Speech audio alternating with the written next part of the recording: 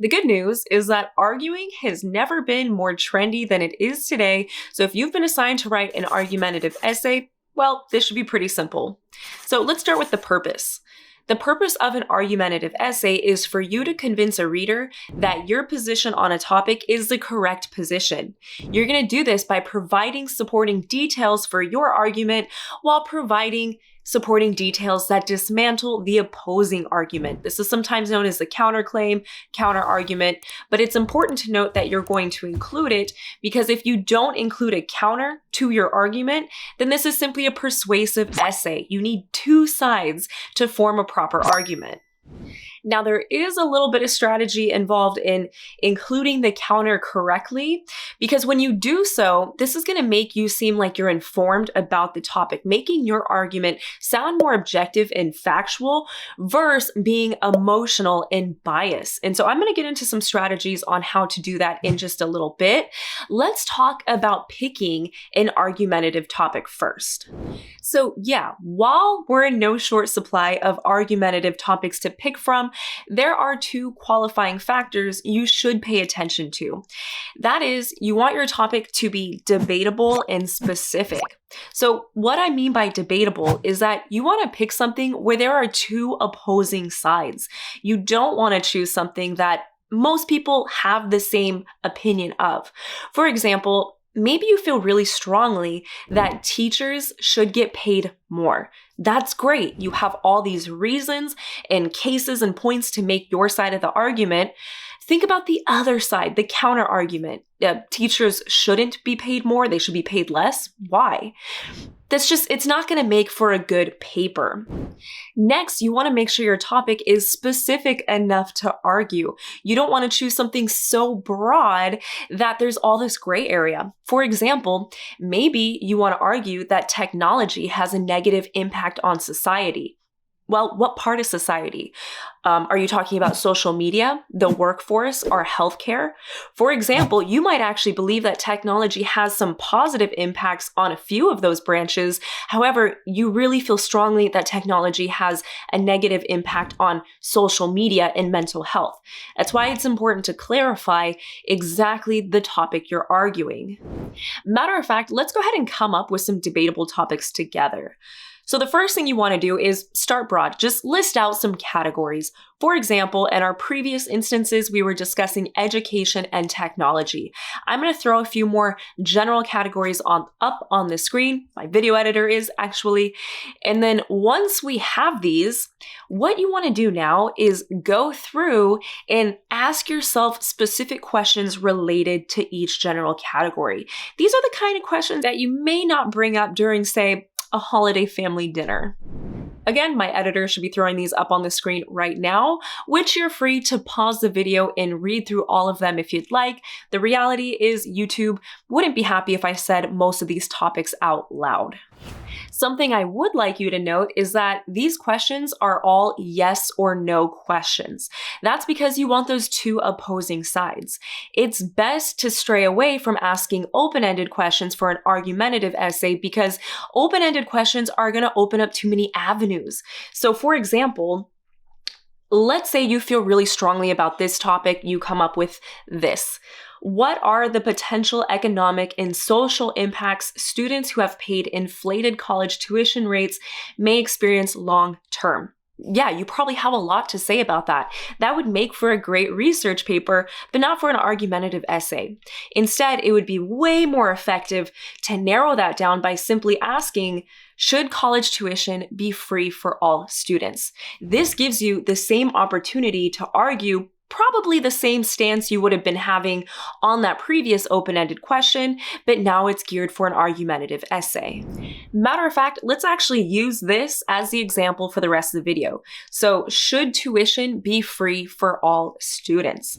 Now, the next step is you need to pick a side. And I'm not going to say too much here because when you're choosing these topics, you should already have an opinion on them. And so that is simply going to be your side. And moving on to the next step, now you need to come up with both the arguments and the counter arguments to this topic. Now, there's a couple ways you can go about this. The first one is treat it like a brainstorm.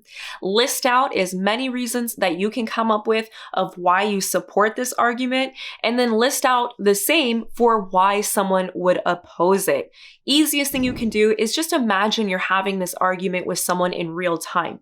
So, should college tuition be free for all students? You know your side. Yes, it should. No, it shouldn't. Argue that and imagine what someone who disagrees with you would be saying. Matter of fact, do me a favor, go to the comments section and let me know. Do you think college tuition should be free, or do you think it shouldn't be free? And then give me a reason or two of why you believe that. Now, for those of you that don't have thousands of YouTube subscribers to help you with this brainstorm, a tangible option you have would be to go to ChatGPT.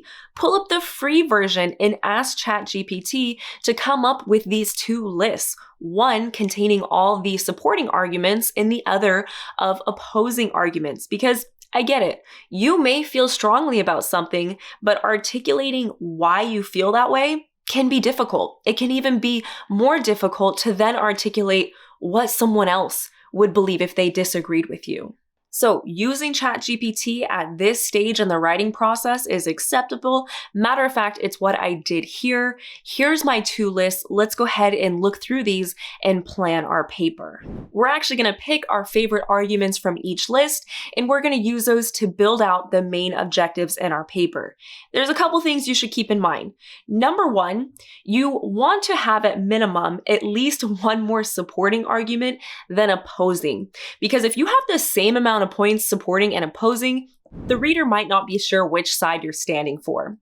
Also, you don't want to have so many more supporting that the opposing almost looks like an afterthought, and again, this starts to look like a persuasive paper.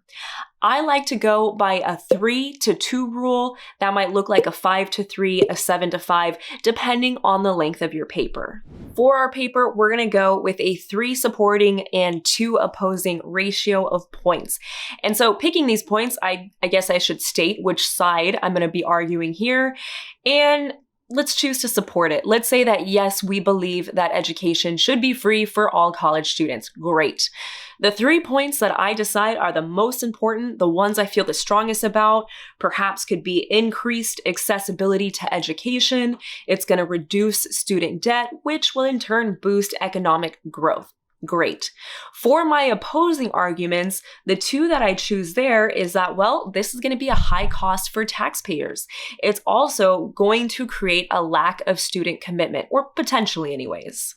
But regardless, now we have the main objectives. Let's go ahead and create the structure, aka the outline for this paper. And to be clear, this is not a definitive outline for argumentative essays out there. This is simply how I would logically structure it.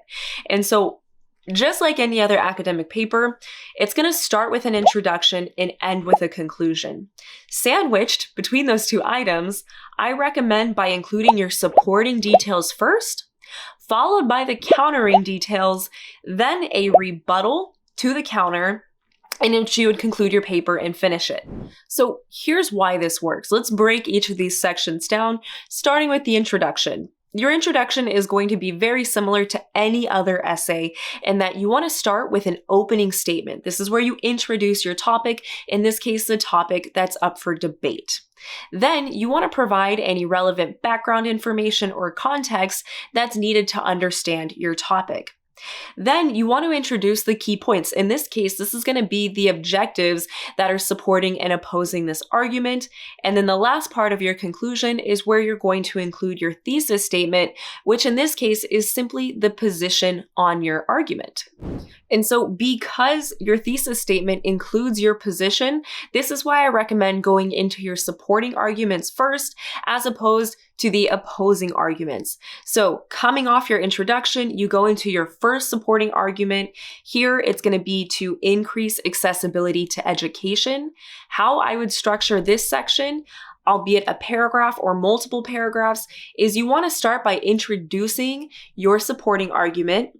Then you're going to provide the relevant details, any background information, context of that supporting argument, followed by evidence or examples, and then you're going to conclude that argument. So finish up that point. This is basically how you're going to structure any other point you're making in an academic paper.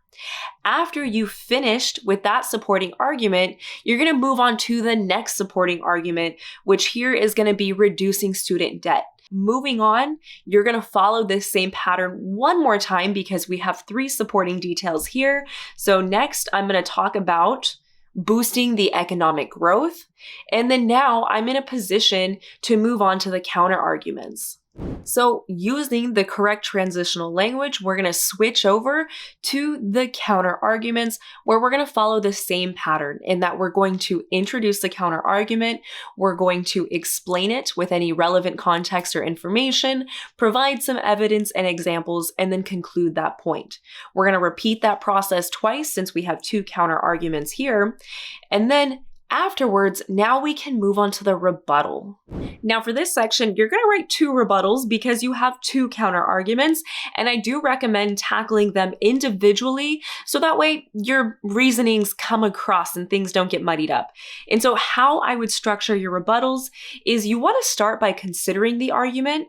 Then you can dismiss it, and it's important you explain why you dismissed it using logic, facts, or examples. So for our first rebuttal, where we're discussing the counter argument of a high cost for taxpayers, you want to consider this by simply acknowledging that it is true. Because yeah, if you implement free education in a country that doesn't already have that, it's going to increase the tax dollars of its citizens. And so acknowledge it. And then the best way to dismiss this is simply explain how the benefits of that free education is going to outweigh the costs of the higher cost of taxes. And so an example you may use to support this is perhaps you provide a country that's already implemented this system of free education and how much it's boosted their economy and all the good it's done for their citizens. Once you finish your second rebuttal, now you're in a good place to wrap up this paper and write your conclusion.